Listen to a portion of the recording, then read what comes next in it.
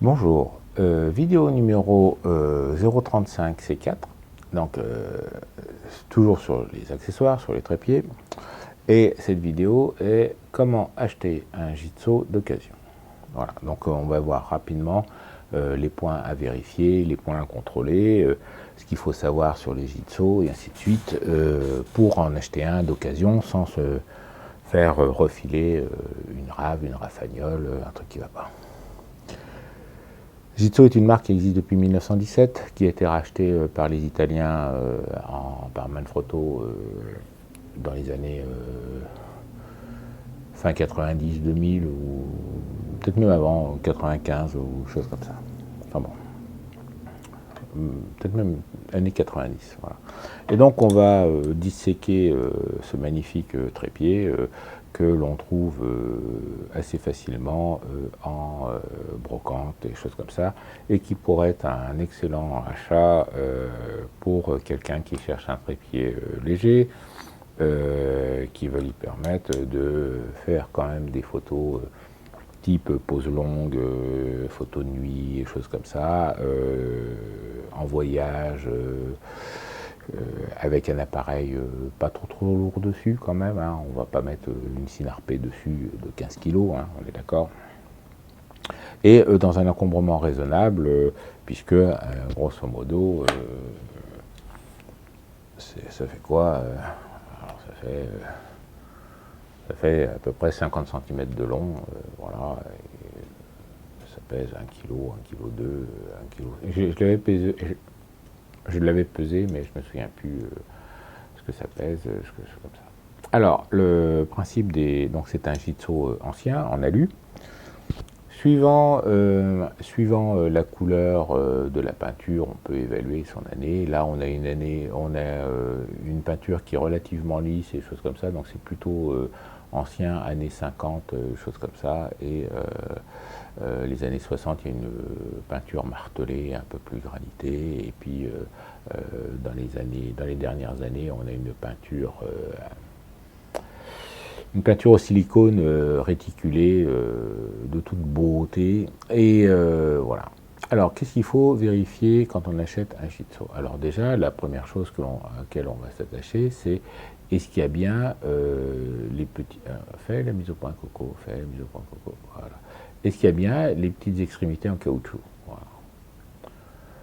Les extrémités en caoutchouc peuvent toujours être achetées chez Jitso.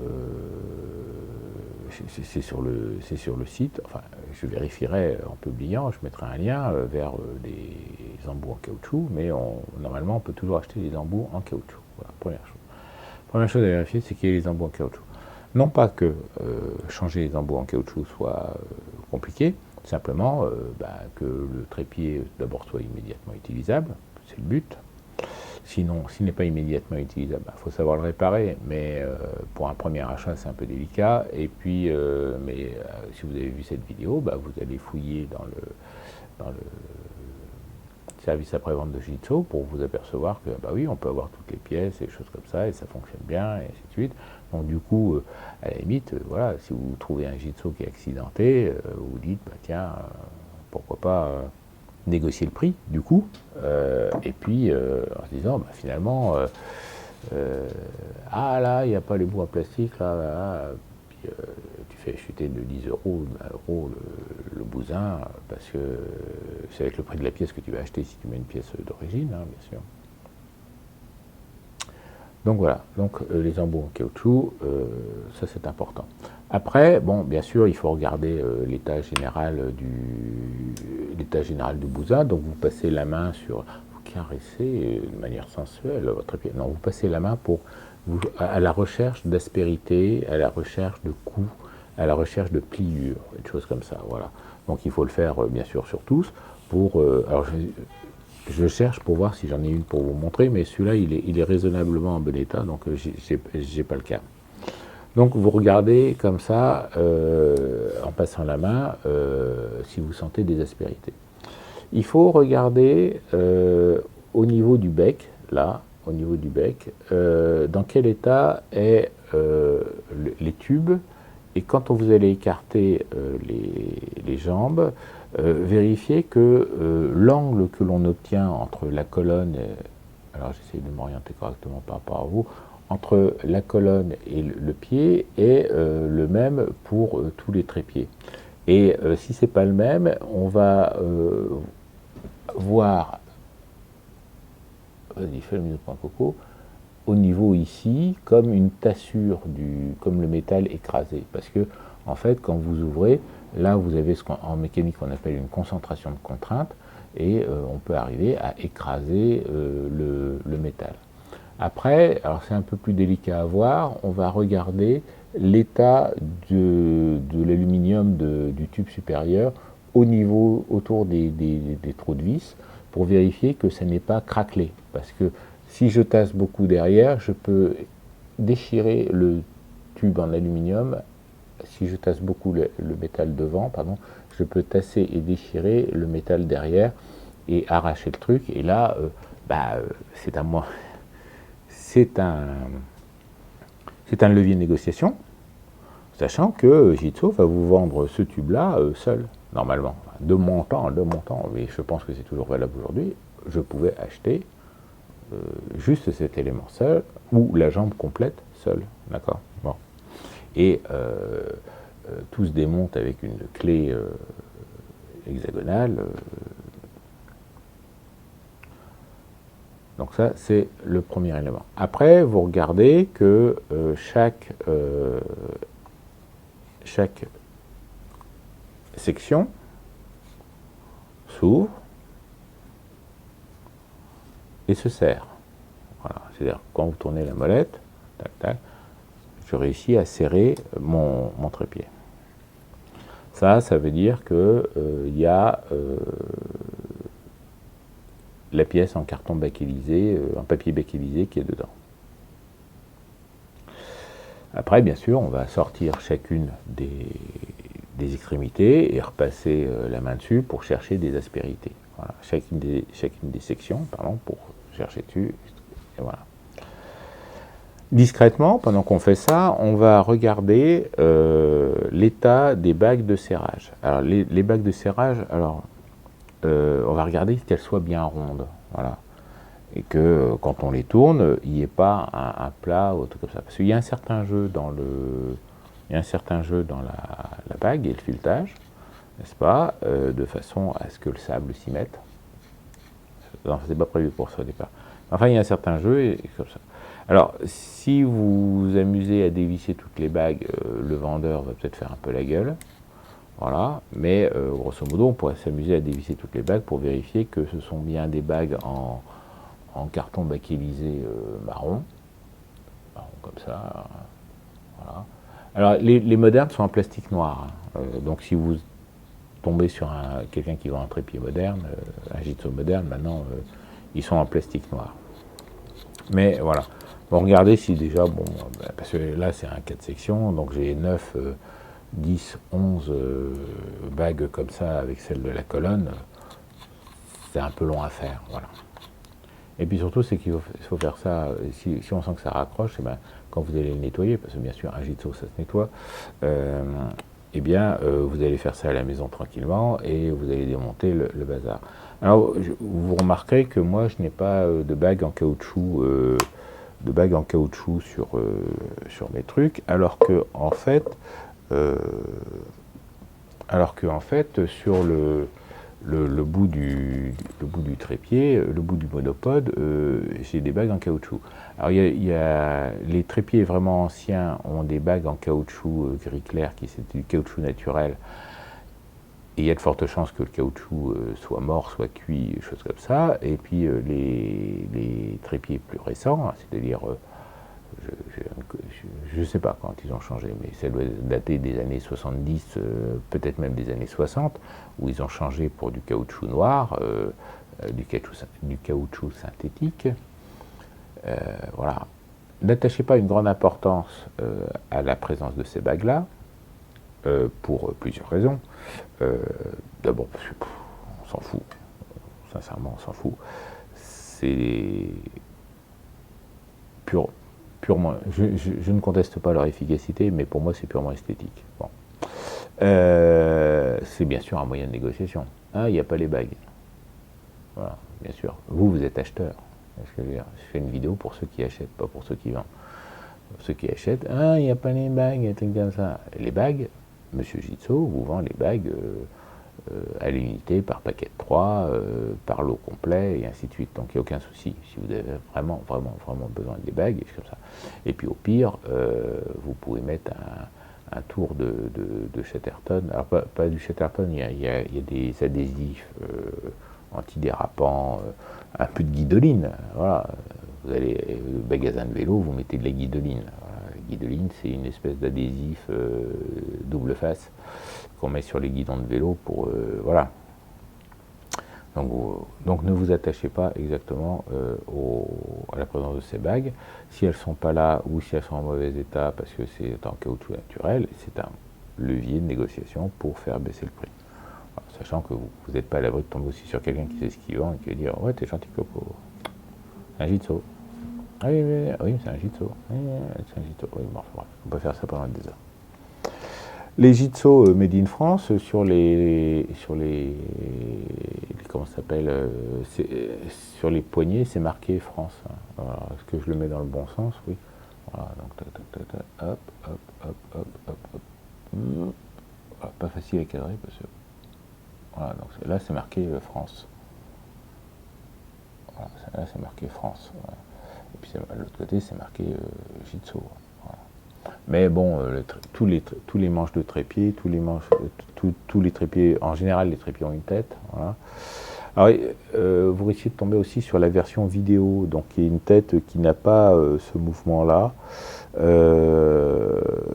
Donc bien évaluer les mouvements qu'offre la tête de votre trépied.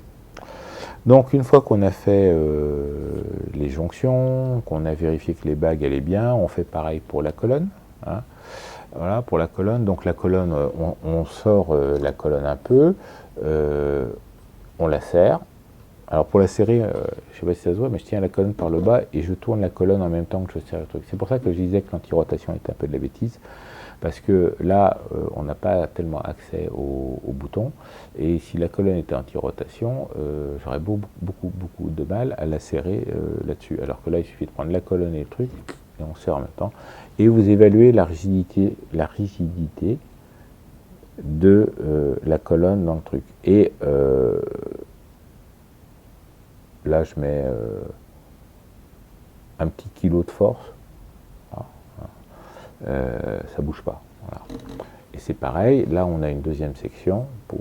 Alors c'est pareil, vous passez les doigts en dessous, là en bas, parce que c'est là que ça prend le plus de coups, mais bon, c'est pas aussi là, c'est là aussi qu'on ne le sort pas complètement. Donc, voilà. Et vous passez le bazar et vous passez la main pour vérifier, puis vous serrez votre bazar. Alors toujours on prend la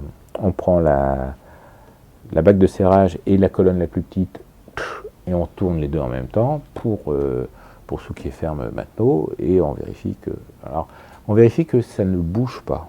Ça ne bouge pas en torsion, et choses comme ça. Par contre, si vous appuyez comme un cheval, alors là, vous appuyez comme un cheval et vous réussissez à le rentrer quand même, ça veut simplement dire que votre Jitso a besoin d'un bon dégraissage. Voilà. Parce qu'on le manipule avec les doigts, on met du gras de doigt dessus, et en fait, le carton bakélysé et tout ça a besoin d'être dégraissé pour serrer le tube en aluminium. S'il est gras, enfin je vous renvoie à votre cours de mécanique du point de première, s'il est gras, il va falloir mettre des forces considérables en jeu pour empêcher un mouvement de cisaillement. Voilà. Vous regardez que tout tourne bien, voilà. Le mouvement comme ça, vous regardez qu'en serrant, alors bien sûr, ça c'est un tout petit trépied, hein. Si j'appuie fort, ça va tourner, voilà. Je suis très costaud, j'ai bien mangé mes épinards, voilà. Sur le dessus de la tête, donc ça c'est mon trépied qui me sert pour mettre ma lunette de tir. Donc il y avait les résidus d'une protection qu'ils utilisaient à l'époque qui était du liège. Donc c'était une couche de 1,5 mm, 2 mm de liège, du liège renforcé au caoutchouc. Donc c'était du liège aggloméré avec du caoutchouc. Donc c'est un produit bien plus technique qu'il n'a l'air, mais qui est sujet à la déshydratation et qui... c'est pas que ça pourrit, mais ça sèche et puis ça se déchire et des choses comme ça. Donc comme ce trépied-là est destiné à un seul emploi, c'est-à-dire utiliser ma lunette pour regarder mes impacts au tir, je n'ai pas jugé nécessaire de lui remettre une protection dessus, mais et je ne suis pas sûr que, par contre, je ne suis pas sûr que Jitso propose encore ces protections-là pour une tête aussi ancienne. J'ai pas fait la recherche. Voilà, j'ai pas fait la recherche. Mais au pire, vous allez trouver chez Castorama du caoutchouc à ressemeler les chaussures ou des choses comme ça que vous allez coller à la néoprène dessus à la place comme ça. C'est pareil, si ça manque, c'est un argument de négociation. Par contre, un truc qui n'est pas un argument de négociation, c'est, je vous le répète, parce que je vous en ai déjà parlé, la présence de l'écrou. Voilà. Alors, et je vais un peu plus loin, c'est pas forcément la présence du contre-écrou, ça c'est le contre-écrou, et ça c'est l'écrou. Voilà, donc parce que ça se vend en deux objets. On a la tige filetée d'un côté, et de l'autre côté, on a le contre-écrou. Et les deux sont importants. Je vais vous expliquer pourquoi.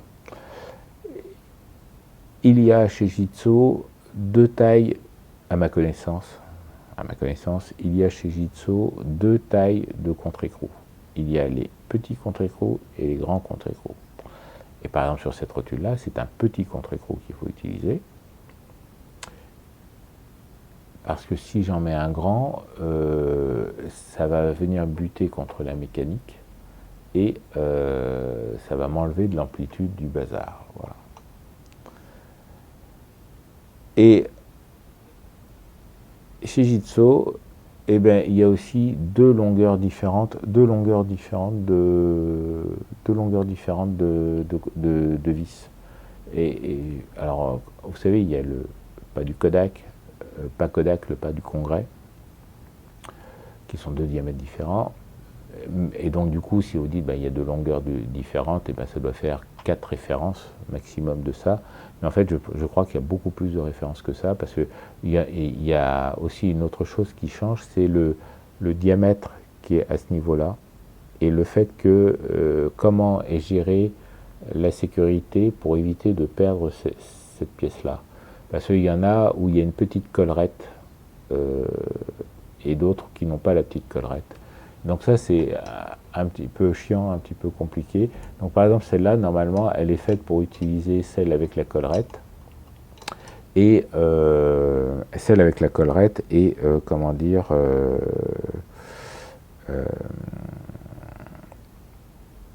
et avec un gros diamètre de passage là. Voilà. Donc du coup, s'il n'y a pas la vis d'origine, et comme la vis d'origine, on la trouve facilement, mais on la trouve à 20 € ou quelque chose comme ça. Je n'ai pas vérifié, mais c'est autour de ce prix-là. S'il n'y a pas la vis, vous passez votre chemin et vous allez en retrouver un autre plus loin, une chose comme ça. Voilà. Parce que, après tout, moi j'ai payé le trépied avec la vis 20 €, il n'y a pas de raison que vous ne trouviez pas au pareil ou chose comme ça. Donc, la vis, il faut être intraitable là-dessus, voilà. C'est vrai qu'on en trouve partout, c'est vrai qu'on en trouve facilement, et bien pourquoi, quand tu la vends, monsieur le vendeur, pourquoi vous n'avez pas fait l'effort de le fournir avec la vis? Voilà. Moi, je veux un trépied qui fonctionne, je ne veux pas courir les brocantes pour essayer de trouver les pièces détachées. Vous savez ce que vous vendez, vous savez ce qui va dessus, moi je ne connais rien, pourquoi vous n'avez pas fait l'effort? Donc c'est au vendeur à faire l'effort de fournir quelque chose qui fonctionne. Voilà. Sinon vous dites, bon, bah, moi, ton épave, elle est 5 €, quoi. Et puis vous aurez des pièces détachées pour le suivant. Vous voyez ce que je veux dire? C'est pas... Vous vendez un trépied, vous ne vendez pas des morceaux de trépied. Si vous vendez des morceaux de trépied, vous ne le vendez pas au prix d'un trépied. Donc si vous achetez des morceaux de trépied, vous ne l'achetez pas au prix d'un trépied. On est d'accord. L'entretien. Donc là, on a vu ça. Alors l'entretien, bien sûr, on va trouver les pièces détachées sur le site de Jitso. Donc j'essaierai de mettre un lien en bas vers une page d'exemple de pièces détachées. Et puis vous regarderez dans l'URL, vous vous baladerez pour voir qu'effectivement, normalement, hein, parce que je n'ai pas fait ça avant de tourner, donc j'espère que ça va être le cas. Normalement, on peut, Jitso, continuer à vendre et à fournir tout ça. Alors après, qu'est-ce que vous allez faire avec votre magnifique Jitso une fois que vous allez être rentré chez vous? Eh bien, vous allez le nettoyer. Voilà. La première chose à faire, c'est nettoyer son Jitso. Pour nettoyer son Jitso, il faut un dégraissant type Essence F, qui est un excellent dégraissant, pas très cher, qui va vraiment enlever tous les résidus de cambouis et de choses comme ça. Et puis, il va vous falloir, avant de commencer, un lubrifiant pour l'aluminium. Voilà, un lubrifiant pour l'aluminium. Alors moi, j'utilise de la graisse au molycote parce que j'ai récupéré ça du boulot.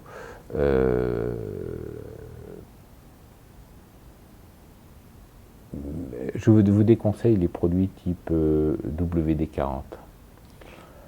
D'une manière générale, le WD-40 est à proscrire. Le WD-40 est, comme tout ce qui est dégrippant, comme le dégripoil ou des choses comme ça, ce sont des outils très utiles pour le démontage. Il y a un truc qui est bloqué, qui est un coup de dégripoil, un coup de WD-40, ça va vous aider à démonter. Donc pour le démontage, c'est très bien. Mais ce n'est pas un lubrifiant pour le remontage. Donc grosso modo, les étapes, c'est vous mettez du WD-40, du dégripoil sur vos filetages, vous démontez, vous dégraissez, et après vous relubrifiez avec les filetages, et uniquement les filetages, avec un lubrifiant, une graisse adaptée à l'aluminium. Donc vous allez au magasin, vous vous faites expliquer, vous dites que vous faites expliquer, vous demandez au vendeur, puis après vous lisez ce qui est marqué dessus, et donc vous, ce que vous voulez, c'est un lubrifiant pour aluminium, parce que les trépieds sont en aluminium. Et les trépieds carbone ont leurs parties filetées qui sont en aluminium. Donc même pour c'est valable aussi pour les trépieds carbone. Et le nettoyage à l'essence, c'est aussi valable pour les trépieds carbone. On n'est pas sectaire, on fait ça pour tout. Donc vous allez démonter, dévisser, hein, en prenant bien soin de ne pas casser les pièces en carton bakelisé. Donc vous allez dévisser le bousin comme ça. Donc il y en a long. Hein. Il y en a long. Alors ça, le fait qu'il y en ait long, c'est obligatoire parce que du coup, le fait qu'ils ont mis long de filetage, ça permet d'avoir du jeu dans les bagues. Donc c'est normal d'avoir du jeu dans les bagues parce que du coup, ça permet d'avoir une certaine tolérance à la boue, au sable et des choses comme ça. Voilà. Alors si vous sentez qu'il y a un grain de sable, vous arrêtez immédiatement, vous revenez en arrière, vous mettez du lubrifiant et puis vous essayez de faire sortir le grain de sable en vous mettant à l'envers comme ça, et vous titillez le truc pour essayer de le faire bouger de façon à ce qu'il ressorte par le haut. Donc vous mettez à l'envers, voilà. Et surtout, vous ne forcez pas. Parce que le grain de sable en lui-même n'est pas un problème. Le grain de sable, il finira toujours par sortir en labourant l'aluminium. Ça commence à être problème. Et du coup, l'aluminium labouré risque de frotter sur de l'autre aluminium, et là, ça risque de gripper. Gripper, ça veut dire que l'aluminium va se souder sur elle-même. Donc les pièces vont être soudées sur elles-mêmes. Et là, c'est infernal. C'est infernal à régler. Voilà. Donc on sort délicatement la jambe complètement. On fait attention. Alors bien sûr, ce n'est pas ce n'est pas, alors c'est quelque chose qu'on peut faire à la maison, mais on fait attention de bien de ne pas taper cette partie-là qui est donc le filetage mâle, voilà. On fait attention à ça, voilà. Et donc là, vous avez votre jambe. Et la partie supérieure, on a une bague. Et vous voyez, cette bague, voilà, j'ai réussi à faire, vous voyez, elle est fendue. Cette bague, elle est fendue. Donc cette bague sert de butée d'arrêt pour la bague de réglage. Voilà. Et donc si on veut sortir cette bague-là, il va falloir réussir à sortir cette bague-là d'abord. Et sortir cette bague-là, c'est assez délicat. Donc il faut plutôt avoir des ongles et le papier baquilisé qui est employé pour faire ces pièces-là, est tout sauf élastique. Voilà. Et par contre, il peut être cassant. Voilà. Mais dans le cas d'un jitsu, c'est pas grave. Évitez de les casser, les pièces, mais c'est pas grave. Alors, c'est pas grave pour plusieurs raisons. D'abord parce que M. Jitsu vend les bagues individuellement, ou en lot pour une jambe, et ainsi de suite. Voilà. Donc vous allez pouvoir sortir le truc. Et qu'à la limite, c'est tellement ajusté à l'intérieur que si cette bague-là est cassée en deux, vous remettez les deux morceaux, vous enquillez le truc dans le bazar, et il y a 9 chances sur 10 pour que ça fonctionne quand même. Voilà. Donc il n'y a pas péril dans la demeure. Et pareil pour cette bague-là, hein. Si elle est cassée en deux, vous mettez les deux morceaux dedans, et ça fonctionne. Et à partir du moment où vous avez pu enlever donc cette bague d'extrémité, qui est une bague fendue, vous pouvez la nettoyer à l'essence, et puis vous pouvez éventuellement sortir celle-là en ligne droite, ok, tac, tac, tac, tac, et puis après, vous pouvez sortir la bague en ligne droite. Et à partir de ce moment-là, là, vous pouvez nettoyer le filetage intérieur, et ainsi de suite. Alors, pour ça, je vous conseille de recycler une de vos nombreuses brosses à dents, puisque normalement, on change de brosse à dents tous les 3 mois, enfin dès que les poils sont recourbés, ce qui finalement arrive de plus en plus souvent. Donc on doit normalement tous avoir des quantités de brosses à dents infernales. Et donc vous recyclez une brosse à dents et vous nettoyez ça à l'essence F, des choses comme ça. Et puis bien sûr, alors quand on va remonter, vous allez mettre avec un pic sandwich, là, un petit bâtonnet, vous allez mettre du lubrifiant que vous aurez acheté. Alors, achetez pas un pot d'1 kilo, hein, c'est pas la peine. Évitez les trucs en aérosol, c'est de la graisse qu'il faut mettre. Préférez quelque chose en genre tube dentifrice ou chose comme ça. Du point de vue du packaging, je ne dis pas qu'il faut mettre du tube dentifrice, il faut mettre du lubrifiant. Voilà. Donc, on refait le montage inverse, hop, on enquille le bazar, on met la bague, alors la bague de serrage, c'est plutôt la bague, c'est une bague qui est relativement fine. Hein, et hop. Voilà. Il faut faire attention quand elle tombe, mettez pas le pied dessus pour la récupérer. Quand vous voyez quelque chose tomber, vous regardez où ça tombe. Vous regardez où ça tombe, et après vous bougez. Voilà. Donc là, j'ai les deux bagues qui sont prises l'une dans l'autre. Hein. Donc la bague de blocage. Alors, attendez.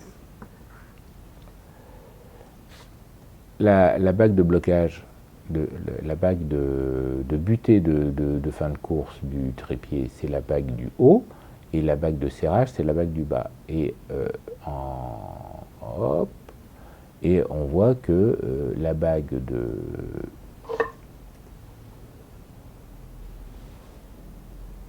de serrage est beaucoup plus fine que la bague de blocage, d'accord. Et puis la bague d'extrémité, elle est à bout plat, alors que celle-là, elle est à bout conique. Voilà. Et donc moi, alors moi personnellement, bon, il se trouve que par mon métier et par le tir, j'ai accès à beaucoup de lubrifiants un peu spéciaux et des choses comme ça. Et moi j'utilise de la graisse au bisulfure de molybdène, qui est de la graisse qui va bien pour l'aluminium et l'acier inoxydable, et qui est une graisse anti-grippage justement. Parce que c'est en fait le bisulfure de molybdène est lui-même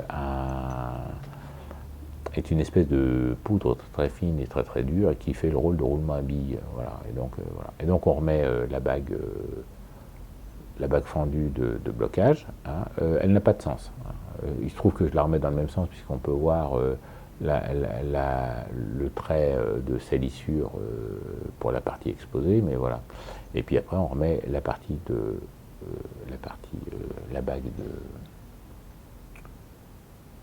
la bague de fin de course, d'extrémité, voilà, donc on la met bien à plat et après on la pousse délicatement pour qu'elle revienne dans son truc, et j'espère que vous avez entendu le clip, et voilà. Alors cette bague là elle tourne, et voilà. Et tout ça, à part les filetages, c'est dégraissé à l'essence F.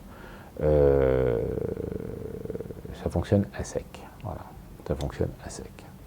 Après, il faut réenquiller l'objet dedans. Alors on essaye de faire ça droit. On rentre la bague dedans. Et à partir de ce moment-là, on peut mettre ici du lubrifiant aussi. Voilà. Et après, vous allez délicatement visser le bazar pendant les 250 tours nécessaires. Voilà. Et c'est pour ça que c'est important que ces bagues-là soient toujours bien rondes, et ça évite de devoir en racheter. Voilà.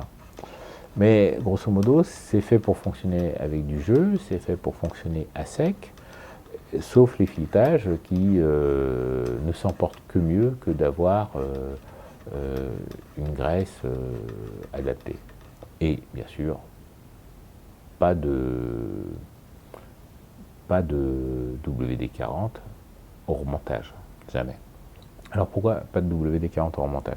Parce qu'il se trouve que c'est un dégrippant et ce n'est pas un lubrifiant. Et même si c'est marqué que ça lubrifie qu'un temps, parce que leur base lubrifiante a tendance à se transformer en colle au bout de 6 mois. Voilà. Donc grosso modo, ça marche super bien. C'est vrai, quand on vient d'en mettre, ça marche super bien, c'est magnifique. Mais quand vous avez passé un peu de temps, eh bien, le lubrifiant change, s'oxyde, je ne sais pas ce qui se passe, mais ou interagit avec la base qui est là pour bouffer la rouille. Hein. Parce que dans le WD-40, il y a quand même quelque chose qui bouffe la rouille. Donc c'est pas neutre chimiquement. Et toujours est-il que ça finit par coller, se transformer en colle, des choses comme ça. Dans la même série lubrifiant loufoque, vous aviez des lubrifiants employés par la marque Philips et qui se transforment en mastic, en vernis, avec le temps. Voilà. Donc,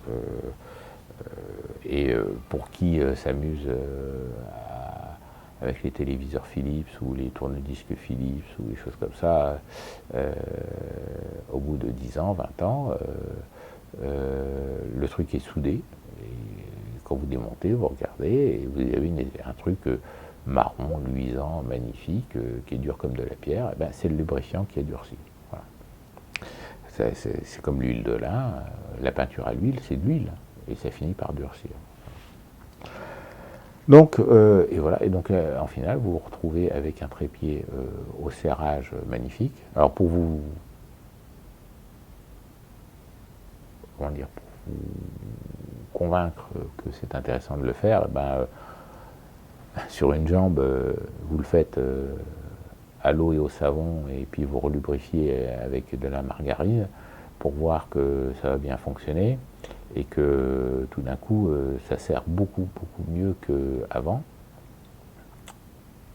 Et puis, la margarine, ça ne va pas durer, et le nettoyage au savon, ça peut être efficace, mais ça ne vaut pas l'essence F, vraiment.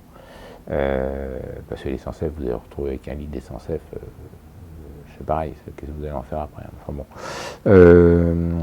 Mais un bon pec citron, ça peut bien marcher aussi, hein. Voilà. Voilà, c'est possible aussi.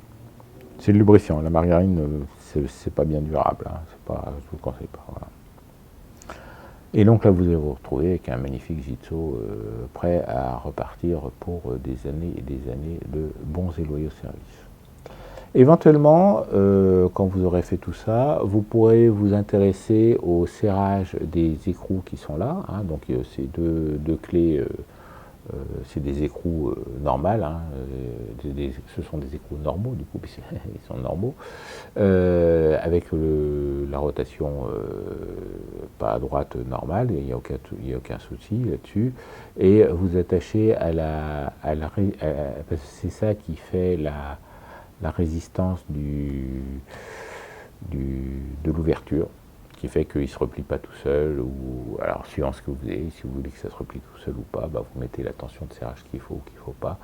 Je crois aussi sur ce modèle-là, il me semble aussi, entre le tube et cette pièce supérieure, il y a 2 rondelles au bronze beryllium qui assurent le coefficient de frottement nécessaire à un usage agréable, onctueux, magnifique, merveilleux. Voilà, voilà, voilà. Et donc, du coup, ça, de temps en temps, ça se resserre. Je réfléchis, j'ai dû le faire, bon, des Jitso, j'en ai une petite dizaine, j'ai dû le faire sur 3 pieds. Voilà. Voilà. Si, quand vous allez voir le vendeur, et si, quand vous allez sortir toutes les... Après ça, oui, donc au début, je vous ai dit, tac, tac, on regarde si ça sert bien. La première chose, c'est si ça sert bien pour vérifier qu'il y a toutes les pièces en bakélite qui sont dedans, choses comme ça. Mais il y a bien un moment donné où il faut sortir complètement.